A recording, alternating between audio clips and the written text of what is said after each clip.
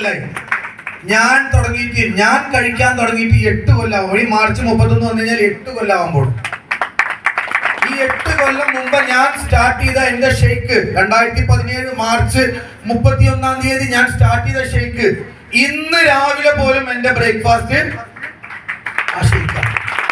എന്റെ ചട്നി പോണ്ടേ, പോയിട്ടില്ല, അവിടെ തന്നെ ഉണ്ട്.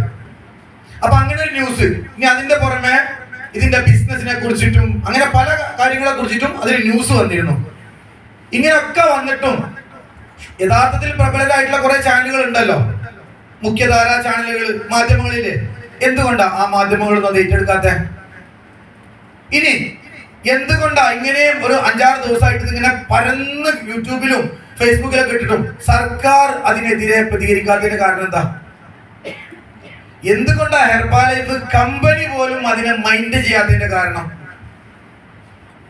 കേൾക്കണോ? ഒരു വലിയ ആൽമരമാണ് ഹെർബാലൈഫ് എന്ന് വിചാരിച്ചു. സിമ്പിൾ ആയിട്ട് പറയാം, വലിയൊരു ആൽമരം. അതിനടിയിൽ നിന്നൊരു തവള കൂക്കി കഴിഞ്ഞാൽ ആ ആൽമരത്തിന് സംഭവിക്കുമോ?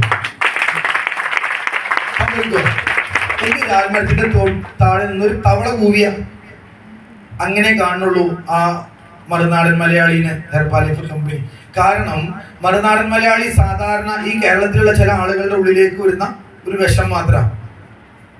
ഹെർബാലൈഫ് ഇന്റർനാഷണൽ കമ്പനിയാണ്. 95 രാജ്യങ്ങളിൽ, 1, 2 അല്ല, 95 രാജ്യങ്ങളിൽ 44 കൊല്ലമായിട്ട് നമ്പർ 1 ന്യൂട്രീഷൻ ആയിട്ട് നിൽക്കുന്ന കമ്പനിയാണ് ഹെർബാലൈഫ്. ആ കമ്പനിക്കെതിരെ നീ എന്ത് ചെയ്തിട്ടും കാര്യമില്ല. കാരണം അതിന്റെ രണ്ടാമതൊന്ന് കിടക്കുന്നത് എത്രയോ ബാക്കിലാണ്.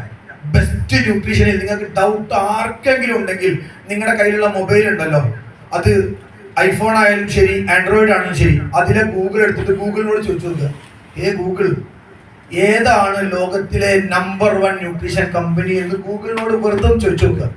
ഗൂഗിൾ പറഞ്ഞത് ഏതാന്നുള്ളത്. ഗൂഗിളിന്റെ വിശ്വാസമല്ലേ? ഉണ്ടോ? ആ, ഗൂഗിളിനോട് ചോദിച്ചു നോക്കിയാൽ മതി, വേറെ ആരോടും ചോദിക്കണ്ട. എന്നിട്ട്